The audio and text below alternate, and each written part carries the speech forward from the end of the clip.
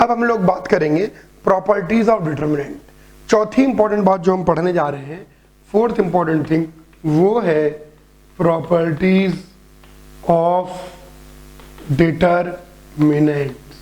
आइए properties of determinant के बारे में बात करें। बिल्कुल ध्यान से देखें, प्रॉपर्टीज ऑफ डिटरमिनेंट बिल्कुल सिंपल सा है, बिल्कुल एलिगेंट सा, बिल्कुल ध्यान दें भाई। डिटरमिनेंट की अपन अब अलजेब्रा करना चाहते हैं, डिटरमिनेंट के साथ खेलना चाहते हैं, तो डिटरमिनेंट की अलजेब्रा करने से पहले, डिटरमिनेंट के साथ खेलने से पहले डिटरमिनेंट की बहुत सारी प्रॉपर्टीज उनको अपन को एक एक करके देखना होगा।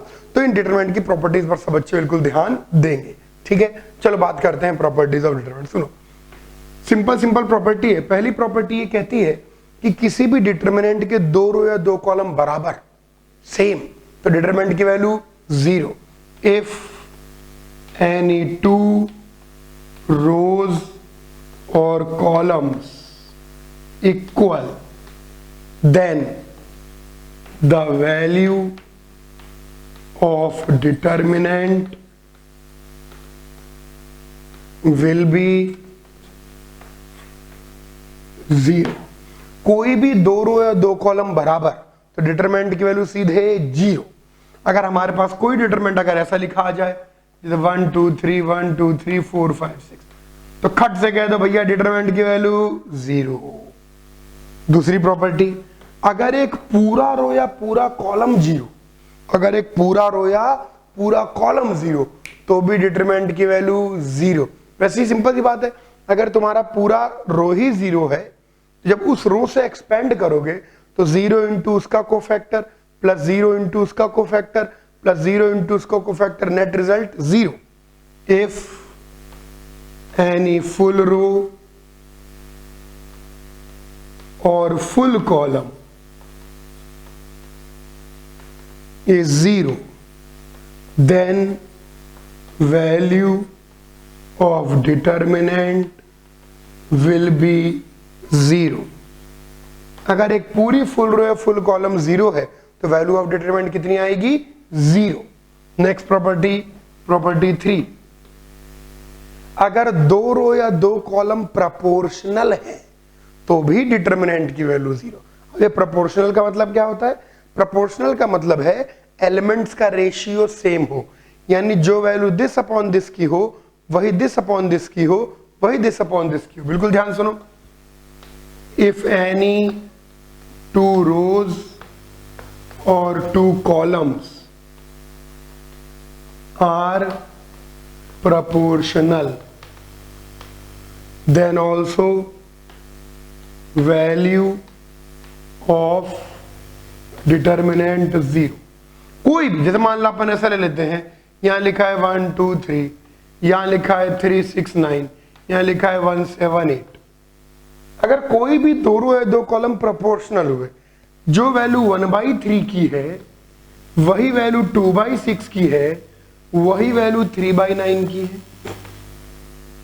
अगर दो रो या दो कॉलम प्रोपोर्शनल है, जो वैल्यू 1/3 की है वही वैल्यू 2/6 की है, वही वैल्यू 3/9 की है, तो सीधे सीधे डिटरमिनेंट की वैल्यू कितनी? 0। डिटरमिनेंट की वैल्यू कैसे कैसे 0 जा सकती है, ये शुरू की 3 प्रॉपर्टी हमको बताती है। पूरी रो या पूरा कॉलम 0 तो भी डिटरमिनेंट की वैल्यू 0, दो रो या दो कॉलम बराबर तो भी डिटरमिनेंट की वैल्यू 0, और दो रो या दो कॉलम प्रोपोर्शनल तो भी डिटरमिनेंट की वैल्यू 0। कॉपी करो। तो 0 बनाने वाली प्रॉपर्टी समझ में आ गई। नेक्स्ट, यहीं पर हम लोग बात करते हैं प्रॉपर्टी 4 की। बिल्कुल ध्यान से, किसी भी दो रो या दो कॉलम को अगर आप इंटरचेंज करते हो, किसी भी दो रो या दो कॉलम को अगर आप इंटरचेंज करते हो तो डिटरमिनेंट मल्टीप्लाई हो जाएगा किससे? -1 से। बिल्कुल ध्यान देखें, इफ एनी टू रोज और two columns are multiplied by गड़बड़ हो गई। If any two rows or two columns are interchanged, then determinant gets multiplied by -1, यानी डिटरमिनेंट का सिर्फ साइन चेंज हो जाएगा। फॉर एग्जाम्पल आओ छोटा सा खेलते हैं। मान लीजिए हमारे पास कोई डिटरमिनेंट है, एग्जाम्पल के तौर पर इसको लीजिए 1 2 3 4 5 6 7 8 1। तो मान लीजिए हम इन दोनों रो 1 रो 2 को इंटरचेंज कर दें, तो आगे क्या लग जाएगा, माइनस साइन। 4 5 6 1 2 3 7 8 1। अच्छा मान लीजिए आपकी इच्छा हो कि भाई इन दोनों कॉलम्स को गुरुजी अब इंटरचेंज कर दो यार। 5 2 8 4 1 7 6 3 1, तो आगे वापस प्लस। दिखने में इन दोनों की शक्ल कितनी अलग अलग है, दिखने में इन दोनों की शक्ल कितनी अलग अलग है, लेकिन किंतु परंतु दोनों की डिटरमिनेंट वैल्यू क्या रहेगी, सेम। किसी भी दो रो या दो कॉलम को इंटरचेंज करने पर, किसी भी दो रो या दो कॉलम को इंटरचेंज करने पर डिटरमिनेंट की वैल्यू सिर्फ किससे मल्टीप्लाई होती है, माइनस साइन से। अच्छा नेक्स्ट प्रॉपर्टी देखें, प्रॉपर्टी 5। ट्रांसपोज लेने पर डिटरमिनेंट की वैल्यू में कोई फर्क नहीं पड़ता। The value of determinant does not change on taking transpose। यानी जो वैल्यू डिटरमिनेंट ए की होती है वही की वही value determinant of A dash या ए ट्रांसपोज की होती है।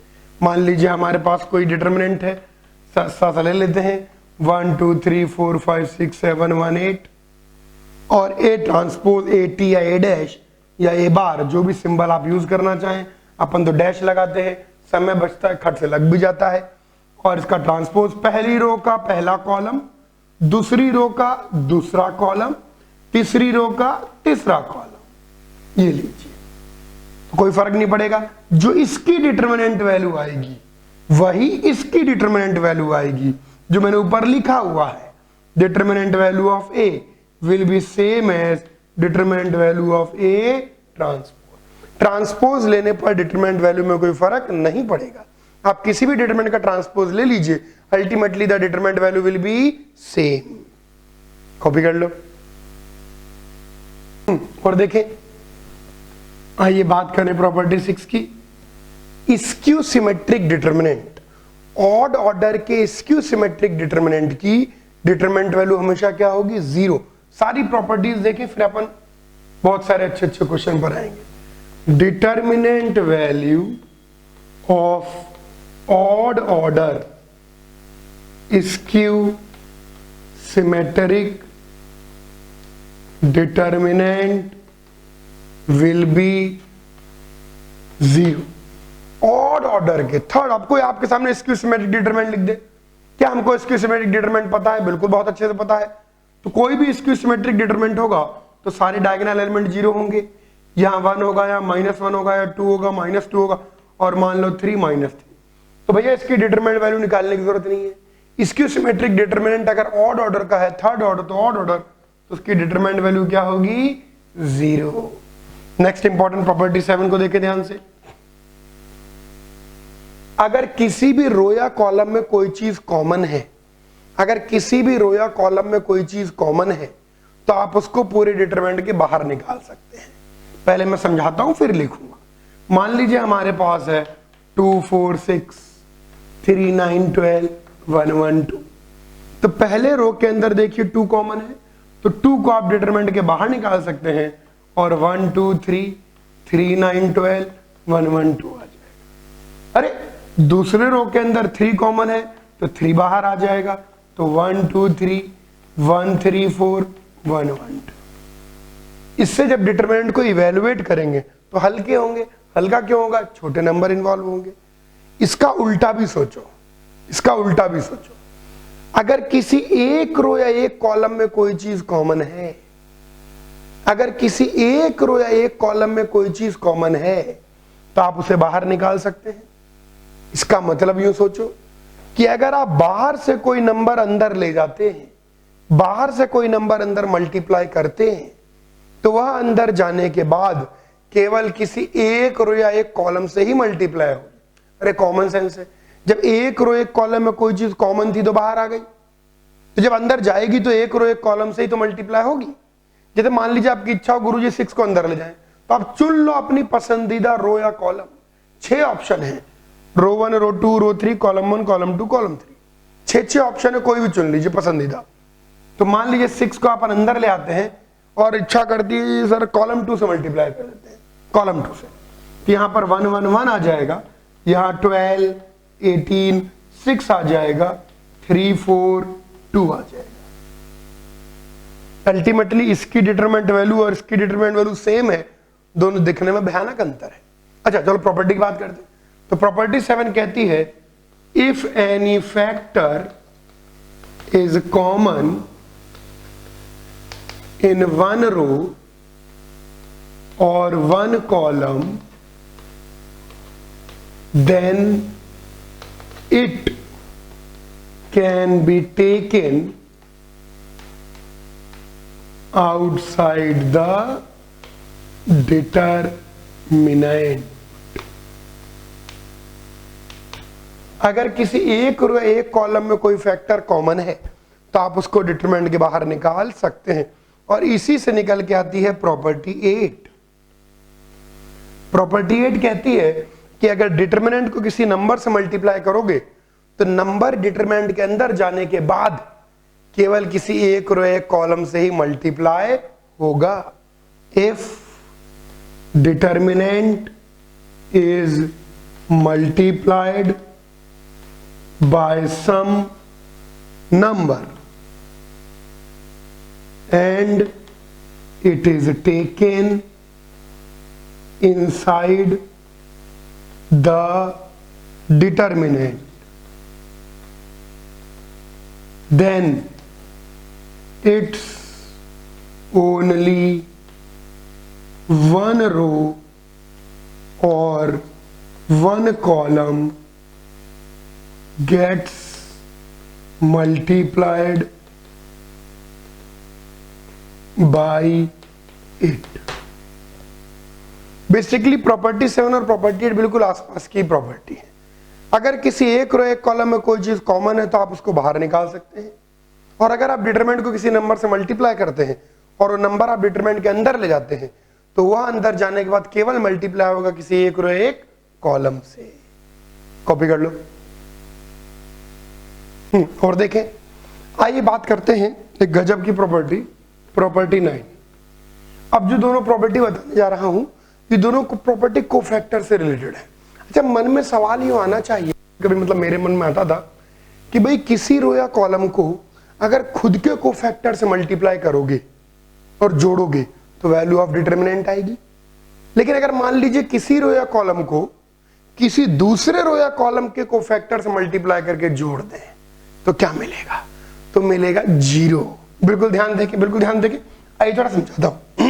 पहले समझिए, मान लीजिए हमारे पास कोई डिटरमिनेंट है a11 a12 a13 a21 a22 a23 a31 a32 a33, ये हो गया हमारे पास निकल के। मान लीजिए आप रो 1 को खुद के कोफैक्टर से मल्टीप्लाई करके जोड़ें, कहने का मतलब a11 c11 plus a12 c12 plus a13 c13, तो ये आपको देगा determinant A.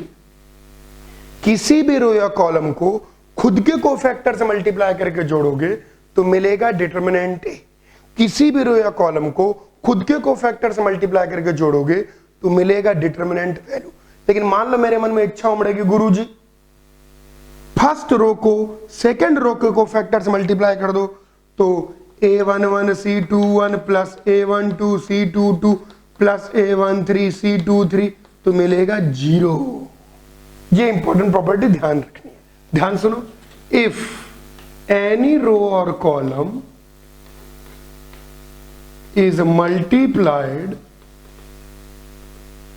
Bye its, by तो रह गया, by its own cofactors and added,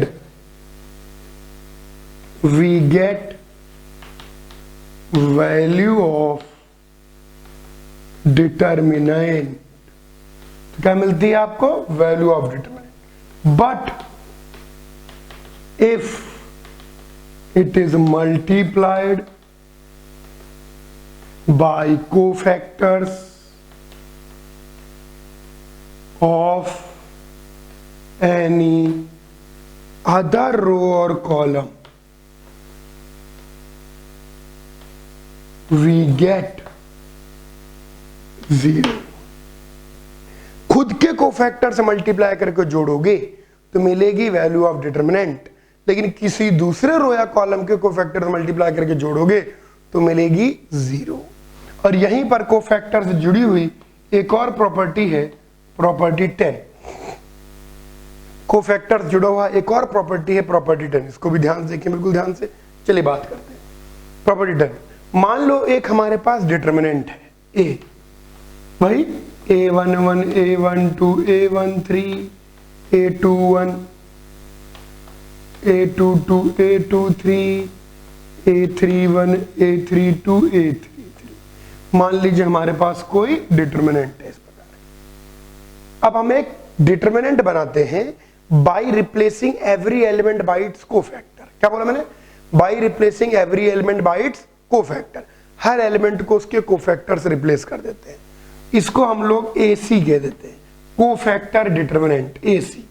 तो यानी A11 की जगह C11 C12 C13 C21 C22 C23 C31 C32 C33। इसको कहते हैं कोफैक्टर डिटरमिनेंट। क्या कहते हैं? ये कहलाता है कोफैक्टर डिटरमिनेंट ऑफ A। यानी कोफैक्टर डिटरमिनेंट कैसे मिलता है? हर एलिमेंट को रिप्लेस कर दीजिए उसके कोफैक्टर से। कोफैक्टर डिटरमिनेंट कैसे मिलता है? हर एलिमेंट को रिप्लेस कर दीजिए उसके कोफैक्टर से। जैसे आप हर एलिमेंट को रिप्लेस कर देंगे उसके कोफैक्टर से, मिल जाएगा आपको कोफैक्टर डिटरमिनेंट। क्या मेरी बात समझ में आ गई? Very good. अब सवाल उठता है कि जो कोफैक्टर डिटरमिनेंट है और जो ओरिजिनल डिटरमिनेंट है उसकी डिटरमिनेंट वैल्यू में क्या रिलेशन है। इसको ध्यान रखेंगे कि determinant value of cofactor determinant is nothing but determinant value of A की पावर n-1, जहां पर n is order of determinant A. यानी अलग से मैं लिख सकता हूं फॉर थर्ड ऑर्डर के लिए जो determinant value of cofactor determinant होगी वो ओरिजिनल डिटरमिनेंट के डिटरमिनेंट वैल्यू का स्क्वायर होगी। अब थर्ड ऑर्डर के ऊपर तो जे की सिलेबस में है नहीं, तो काम किया जाएगा। यानी सेकंड ऑर्डर की बात करें तो यहां 2-1 आएगा, तो 2-1 तो 1 ही हो जाएगा। यानी सेकंड ऑर्डर की बात करें तो कोफैक्टर की डिटरमिनेंट वैल्यू वही होगी जो ओरिजिनल डिटरमिनेंट की डिटरमिनेंट वैल्यू होगी। क्या मेरी बात समझ में आई? बहुत इंपॉर्टेंट है, बहुत इंपॉर्टेंट है। इसका मैट्रिक्स में यूज आएगा, इसका भी मैट्रिक्स में यूज आएगा भयंकर। ये ध्यान रखें, बिल्कुल ध्यान से, बिल्कुल ध्यान से। अगर सारे एलिमेंट को उनके कोफैक्टर से रिप्लेस कर देते हैं तो जो नया डिटरमिनेंट मिलता है वो कहलाता है कोफैक्टर डिटरमिनेंट। क्या कहलाता है? Cofactor determinant. और उसकी डिटरमिनेंट वैल्यू होती है ओरिजिनल डिटरमिनेंट की डिटरमिनेंट वैल्यू की पावर n-1। बिल्कुल ध्यान देंगे property 10। If all elements are replaced by its cofactors, we get cofactor determinant and its determinant value is determinant value equals original determinant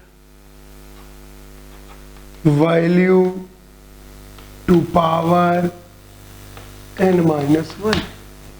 original determinant की determinant value की power n-1।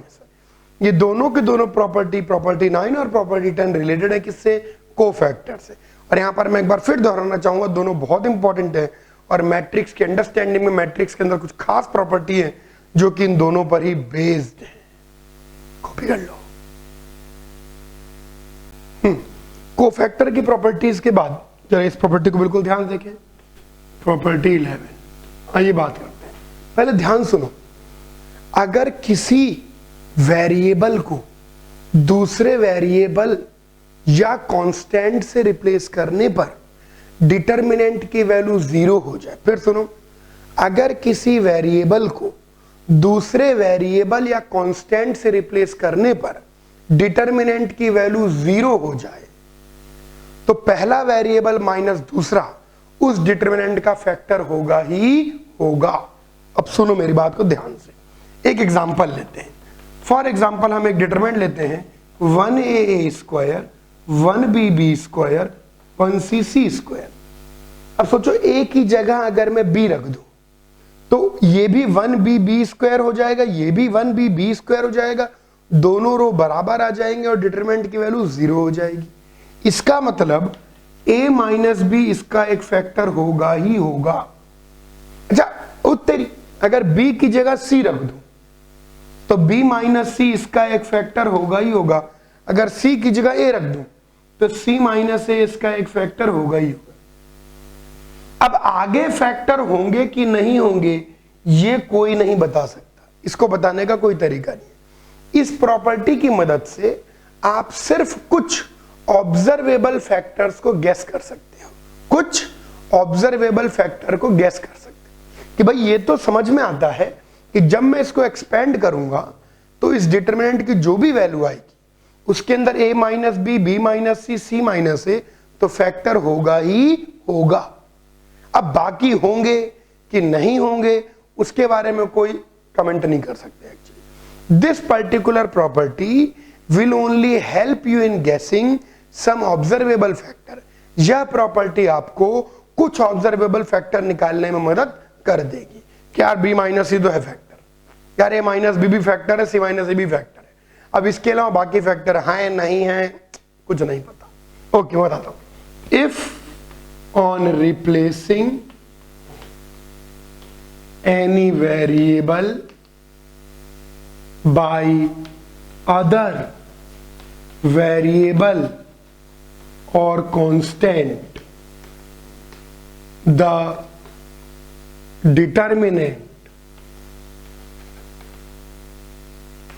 goes to 0, then first minus second will be factor of that determinant.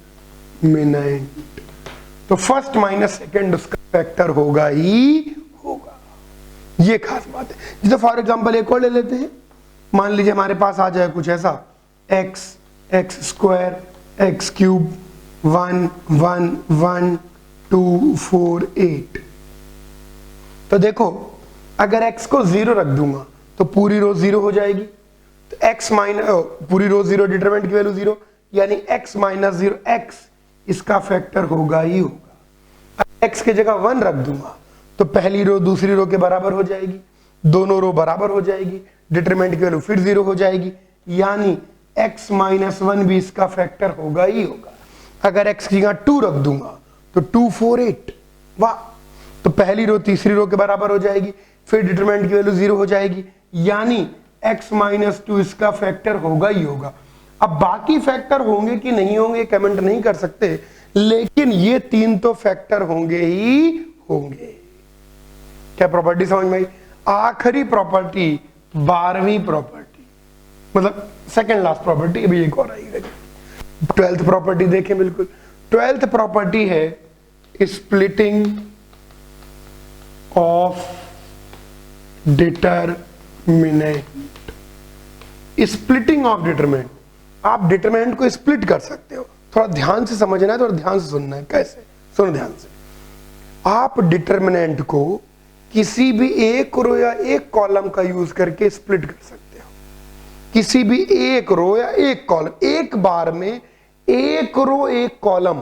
इधर देखो, for example हमारे पास एक determinant है 1 2 3 4 5 6 7 8 9। कोई भी एक रो एक कॉलम चुन लो जिससे आप स्प्लिट करोगे। मैं फिर जोड़ दूंगा, एक रो एक कॉलम, एक रो एक कॉलम। चलो चुन लो, कोई भी एक रो एक कॉलम चुन लो। आप कोई भी चुन लो। मान लो भाई सर आप तो कॉलम 2 से कर दीजिए। चलो तो कॉलम 2 को आप जैसे मन करे लिख लें, कॉलम 2 को आप जैसे मन करे लिख लें। मान लो 2 को मैं 1 + 1 लिख देता हूं, 5 को 6 - 1 लिख देता हूं, 8 को मेरी इच्छा हो रही है 4 + 4 लिख देने की। एक बार में एक रो एक कॉलम से ही स्प्लिट होगा। अब ये देखिए, इसके दो टुकड़े हो गए, 147 164 369 प्लस 147 इधर वाला हिस्सा 1 - 14 369। इसका कन्वर्स भी ट्रू है। अगर दो डिटर्मिनेंट में केवल एक रो या एक कॉलम का ही अंतर है तो बाकी सारे रो और कॉलम सेम रहेंगे, केवल वह रो और कॉलम जुड़ या घट जाएंगे। जुड़ या घट का मतलब बीच में माइनस होगा तो घट जाएंगे। बिल्कुल ध्यान सुने, स्प्लिटिंग ऑफ डिटर्मिनेंट। आप किसी भी डिटर्मिनेंट को दो या दो से अधिक डिटर्मिनेंट में स्प्लिट कर सकते हो using its only one row और one column at a time. any determinant can be split into two or more determinants using its any one row or column at a time। किसी भी determinant को आप दो या दो से अधिक डिटर्मिनेंट में स्प्लिट कर सकते हो using its only one row और one column at a time, एक बार में एक रो या एक कॉलम का यूज करके। क्या यह बात समझ में आई? दो से अधिक में भी स्प्लिट हो सकता है। 2 को लिख दो 3 - 1 + 0, 5 को लिख दो 3 + 1 + 1, 8 को लिख दो 5 + 2 + 1, 3 में स्प्लिट हो जाएगा। क्या बात समझ में आई? अगली प्रॉपर्टी इसी का कन्वर्स है, जो प्रॉपर्टी 13 लिखेंगे अभी। क्या ये क्लियर है? बिल्कुल बिल्कुल ध्यान दें इस बात पे। एक बार फिर मैं अपनी तरफ दोहरा देता हूं, एक बार में एक रो या एक कॉलम को ही तोड़ना है बस, बाकी बची हुई सारी रो और कॉलम सेम रहनी चाहिए। आप किसी भी डिटर्मिनेंट को दो या दो से अधिक डिटर्मिनेंट में स्प्लिट कर सकते हैं using only it's one row और one column at a time. Copy कर लो। आइए और प्रॉपर्टी देखें। टोटल 14 प्रॉपर्टीज है, ज्यादा नहीं है। 13वीं प्रॉपर्टी जो 13th प्रॉपर्टी और 12th प्रॉपर्टी का कन्वर्स ही है। इसका मतलब यूं समझिए कि अगर दो डिटर्मिनेंट में केवल एग्जैक्टली एक रो या एक कॉलम का ही डिफरेंस है तो हम उन दोनों डिटर्मिनेंट को जोड़ या घटा सकते हैं। आओ पहले एग्जांपल देख लें छोटा सा। मान लीजिए हमारे पास है 1 2 3 4 5 6 7 8 1 और इसमें से घटाना है 1 2 3 1 1 2 7 8 1। तो हमारी आंखों ने तुरंत देखो उत्तेरी, इसमें तो केवल रो 2 का ही डिफरेंस है, तो बाकी सारी सेम आ जाएंगी और यहां आ जाएगा 4 - 1 5 - 1 6 - 2। अरे स्टेप लिखने की जरूरत नहीं है, सिर्फ आपको समझाने की। तो यहां आ जाएगा 1 2 3 7 8 1 3 4 4। दो डिटर्मिनेंट आपस में जोड़े या घटाए जा सकते हैं अगर उनमें केवल एक रो या एक कॉलम का डिफरेंस हो। Two determinants can be added or subtracted if they have a difference of only one row or one column। अगर दो डिटरमिनेंट में सिर्फ एक रो या एक कॉलम का अंतर, एक बड़ा इंपॉर्टेंट है भैया, एक। हाँ, प्रॉपर्टी 12 में प्रॉपर्टी 13 में एक। अगर दो डिटरमिनेंट के अंदर केवल एक रो एक कॉलम का ही डिफरेंस है तो आप बड़े आराम से उनको जोड़ या घटा सकते हैं। और मेथड सिंपल है, जो रो सेम है वो एज इट इज सेम आ जाएंगी, केवल जिन रो या कॉलम में डिफरेंस है वो आपस में घट के जुड़ के आ जाएंगी। अंतिम प्रॉपर्टी 14। ये 14 अलग अलग प्रॉपर्टीज हैं। अब एक बार अपन ने सारी की सारी प्रॉपर्टी पढ़ ली, मतलब ये 14 में पढ़ लेंगे, तो अब अपन लोग डिटरमिनेंट से खेलना शुरू कर सकते हैं। अब सुनो, 14 प्रॉपर्टी का नाम है, सबसे ज्यादा काम में आने वाली है, इसे लास्ट में पढ़ाते हैं ताकि याद रहे, row column operation. Row column operation कहता है किसी भी रो या कॉलम में किसी दूसरे रो या कॉलम का कोई भी मल्टीपल जोड़ने या घटाने से डिटरमिनेंट की वैल्यू में कोई फर्क नहीं पड़ता।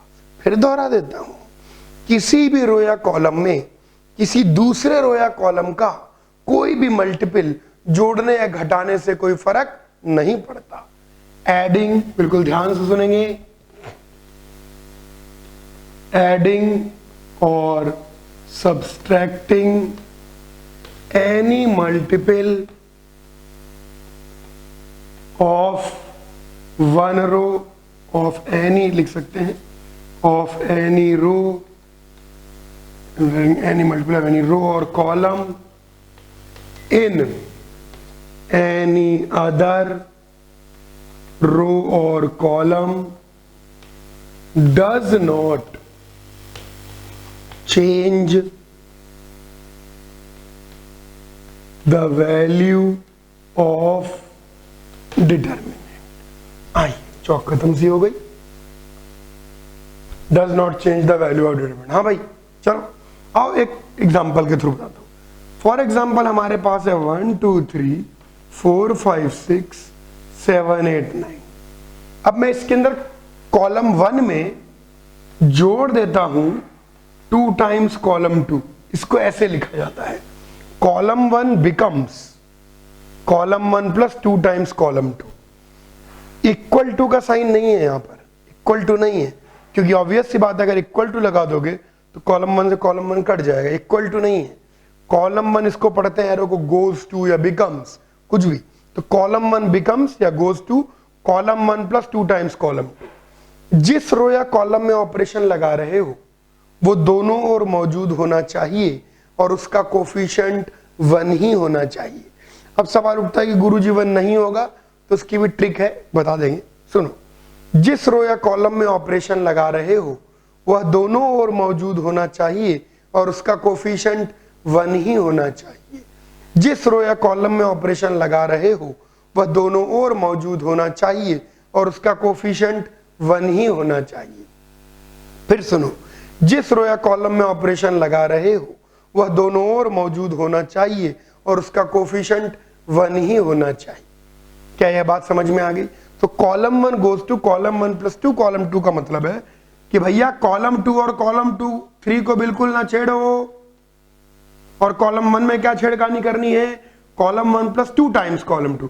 4 दूनी 8 और 1 9, 5 दूनी 10 2 12, 6 दूनी 12 3 15। तो अल्टीमेटली दिखने में शक्ल जरूर अलग अलग है, लेकिन अल्टीमेटली दोनों के determinant value will come out to be same.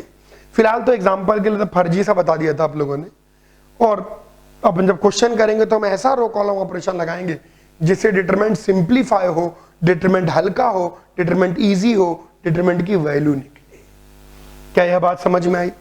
एक बात मैं फिर दोहराऊंगा, प्लीज इस बात को नोट करें, जिस रो या कॉलम, यहां इक्वल टू साइन नहीं आता, बराबर नहीं करते उसको, goes to, changes to, becomes, इसका एरो का मतलब है। इस एरो का मतलब क्या है, मतलब बहुत जगह अलग अलग लोग पढ़ते हैं, goes to, changes to, becomes, कुछ भी अपन पढ़ सकते हैं, जो भी अपने को ठीक लगे। ठीक, अच्छा सुन ध्यान से, column 1 goes to column 1 plus 2 times column 2, बिल्कुल ध्यान दें इस बात पे।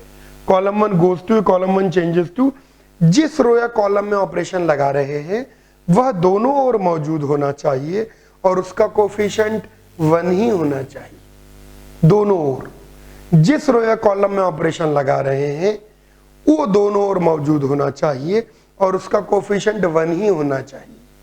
क्लियर है? अच्छा, 1 नहीं होगा तो क्या होगा, ये मैं एक एग्जांपल के अंदर बताऊंगा आपको अपने आप ही, ये बेसिक बातें। तो ये हो गया, अब हम लोग पूरी तरह तैयार है डिटरमिनेंट के क्वेश्चंस करने के लिए। डेफिनेशन देख ली, उसके साथ जुड़े हुए सारे नाम देख लिए, उसकी वैल्यू कैसे निकालते हैं, एक्सपेंशन ऑफ डिटरमिनेंट देख लिया, और चौथी इंपॉर्टेंट बात, सारी की सारी प्रॉपर्टीज देख ली। अब हमको डिटरमिनेंट में काफी सारी चीजें आती है and now we are ready to do questions. तब हम लेंगे एक से एक बेहतरीन क्वेश्चंस। ध्यान से देखो, सारी प्रॉपर्टी सब पढ़ ली। अब आप बात करते हैं, चलो एक छोटे से क्वेश्चन से शुरुआत करते हैं, ठीक है? और इस क्वेश्चन को ध्यान से कॉपी करते हैं ना, तो मैं तो मिटार के करते जाऊंगा फटाफट। ओके चलो, क्वेश्चन है, छोटा सा क्वेश्चन आईआईटी में आया था और ये क्वेश्चन कहता था if A square plus B square plus C square equal to 1 show.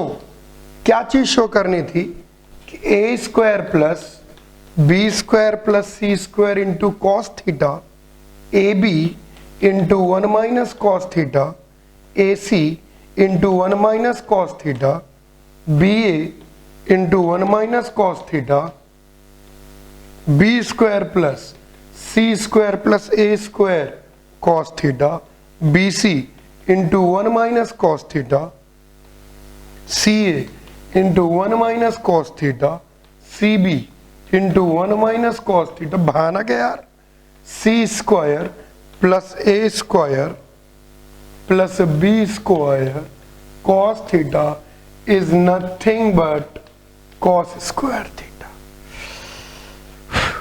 ये सिंप्लीफाई करके बताना है कि अल्टीमेटली इसकी वैल्यू और कुछ नहीं, सिर्फ कॉस स्क्वायर थीटा ही निकल के आ जाती है। और रंग बिरंगी चौकों का यूज करेंगे ताकि भाई आपको मैं समझा पाऊं कि चल क्या रहा है।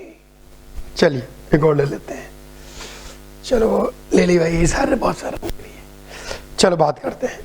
अब इसके अंदर हम लोग क्या करेंगे कि अब इसके अंदर अगर मैं एक एक स्टेप लिखूंगा तो बोर्ड बहुत छोटा है, क्वेश्चन बहुत बड़ा है, तो आप लोग एक एक स्टेप कॉपी करते हैं और एक एक स्टेप समझते हैं। पहला मेरा ऑब्जर्वेशन है यार, इसके अंदर जो डायगोनल एलिमेंट्स हैं वो ए स्क्वायर बी स्क्वायर सी स्क्वायर जैसे हैं, लेकिन जो नॉन डायगोनल एलिमेंट्स हैं ए बी बी सी सी ए जैसे हैं। तो पहले मेरी इच्छा हो रही है कि डायगोनल एलिमेंट्स और नॉन डायगोनल एलिमेंट्स को सेम कर लें। पहले मेरी इच्छा हो रही है कि डायगोनल एलिमेंट्स और नॉन डायगोनल एलिमेंट्स को क्या करें, सेम कर लें। Diagonal elements and non diagonal element को सेम कर लें। चलो सेम कर लेते हैं। तो ऑपरेशन प्लीज देखिएगा, इसलिए प्लीज देखिएगा क्योंकि यहीं पर मैं चेंज करूंगा, उतना सारा बार बार नहीं लिखेंगे। ओके, मैं क्या सोच रहा हूं, पहले रो से रो 1 से ए कॉमन निकाल लेते हैं। ऐसे लिखते हैं उसको, रो 1 से ए कॉमन निकाल। सोचो रो 1 से अगर आप ए कॉमन निकालेंगे तो यहां से ए गायब हो जाएगा, यहां से आओ इसका यूज कर लेते हैं, यहां से ए गायब हो जाएगा और यहां से भी ए गायब हो जाएगा। और चूंकि इसमें से ए कॉमन ले नहीं सकते तो दिस पूरी क्वांटिटी डिवाइड बाय ए आ जाएगी। सही लिखा। और इसको रो 1 से ए कॉमन ले लिया तो ए बाहर आ गया और उसको मल्टीप्लाई कर देते हैं कॉलम 1 में। तो ऐसे लिखते हैं कि रो 1 से ए बाहर निकाला, कॉलम 1 में मल्टीप्लाई कर दिया। तो कॉलम 1 में जब ए को मल्टीप्लाई करोगे तो यहां से तो ए गायब हो जाएगा, मल्टीप्लाई हो गया भाई। कॉलम 1 में मल्टीप्लाई करने का मतलब हर एक टर्म मल्टीप्लाई होगा। तो ये भी ए से मल्टीप्लाई हुआ, ये भी ए से मल्टीप्लाई हुआ और ये भी ए से मल्टीप्लाई हुआ। पहला ऑपरेशन क्लियर है। नेक्स्ट, अब सेम हरकत रो 2 से बी कॉमन लीजिए। तो रो 2 से बी कॉमन लिया, तो रो 2 से बी कॉमन लेंगे तो यहां से भी बी बाहर आएगा, यहां से भी बी बाहर आएगा और यहां पर ये डिवाइड बाय बी हो जाएगा और बाहर की ओर बी आ चुका होगा।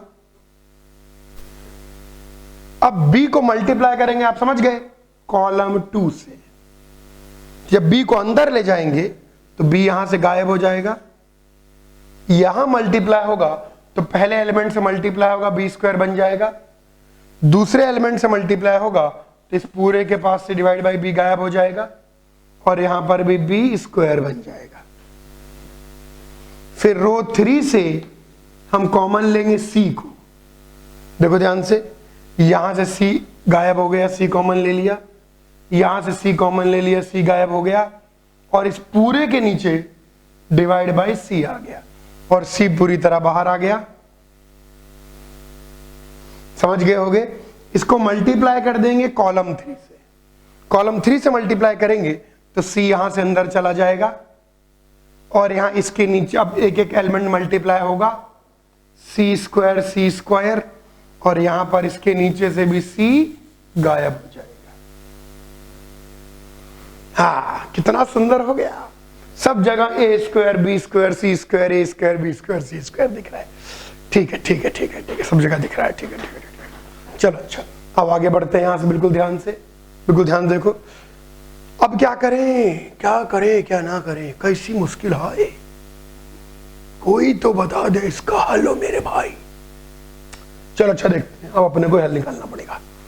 अपन ऑपरेशन लगाते हैं, column 1 goes to column 1 plus column 2 plus column 3। Column 1 में ऑपरेशन लगा दिया, column 1 plus column 2 plus column 3। तो यहां पर ऑपरेशन लगा दीजिए। तो जब जोड़ेंगे आप कॉलम, इनको देखो इधर सुनो, यहां आएगा minus B square cos theta और यहां B square cos theta cut जाएगा। यहां आएगा minus C square cos theta और वो कट जाएगा। तो रियल में कट कुटा के जुड़ा के जो कॉलम 1 में चेंज आएगा उसको मैं बता देता हूं। कॉलम 1 में जब आप ये ऑपरेशन लगा देंगे तो कॉलम 1 में आपको मिलेगा, क्या मिलेगा, A square plus B square plus C square. यहां पर भी A square plus B square plus C square, यहां पर भी A square plus B square plus C square. आप लोग वीडियो पॉज कर करके सब नोट करते जाओ, वरना बाद में इसी में सब हल हो जाएगा, हेंस प्रूव्ड हो जाएगा। यहां तक गाड़ी पहुंची, ये आएगा, उसको जोड़ के देखें। और A square plus B square plus C square की वैल्यू 1 दे रखी है, तो हम लोग पुट कर देंगे A square plus B square plus C square की वैल्यू कितनी, 1। तो यहां पर चेंज आ जाएगा,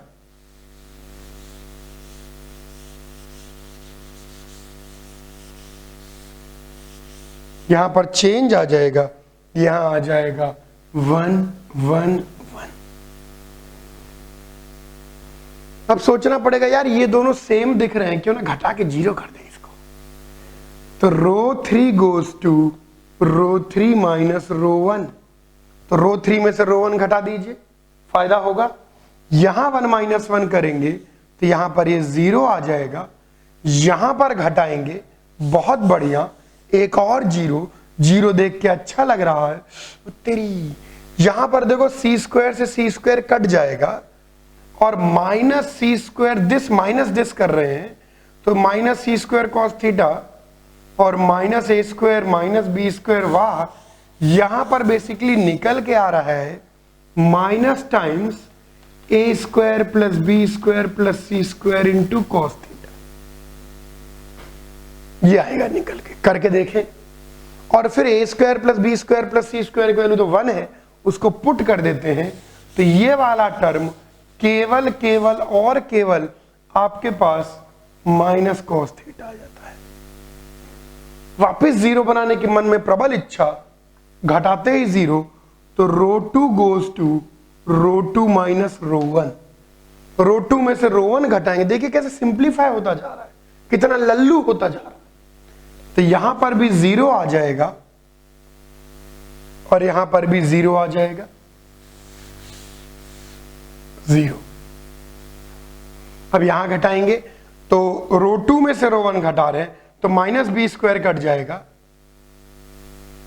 और यहां पर अपन ने गड़बड़ कर दी क्या, यहां पर लिखा हुआ था सी स्क्वायर और रो 3 में से रो 1 घटा रहे थे, तो माइनस सी स्क्वायर कटेगा, हो यहां प्लस आएगा। कैलकुलेशन ठीक कर लेना, यहां पर प्लस आएगा। यहां पर मैंने गलती से इसमें से इसको घटा दिया था, तो R3 माइनस R1 है, तो इसमें से घटेगा। जब माइनस साइन लगेगा तो माइनस सी स्क्वायर प्लस, सही है बिल्कुल।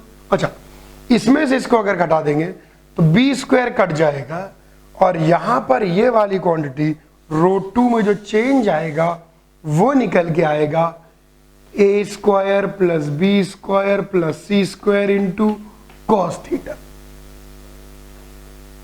ठीक है, अब A square plus B square plus C square की वैल्यू 1 है, तो यहां पर बेसिकली क्या निकल के आ गया, कॉस थीटा। इतने सारे 0 हैं, कहीं से भी एक्सपेंड कर दो। मैं तो कहता कॉलम 1 से एक्सपेंड कर दो, तो लिखो ई बाय कॉलम 1, मतलब एक्सपेंड बाय कॉलम 1।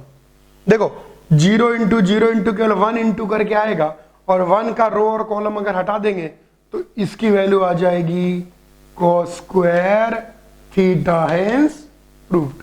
आप लेकिन वीडियो पॉज कर करके एक एक स्टेप कॉपी करना, तभी नोट्स कॉपी ढंग की बनेगी। ये क्लियर है? वेरी गुड, कॉपी कर लीजिए।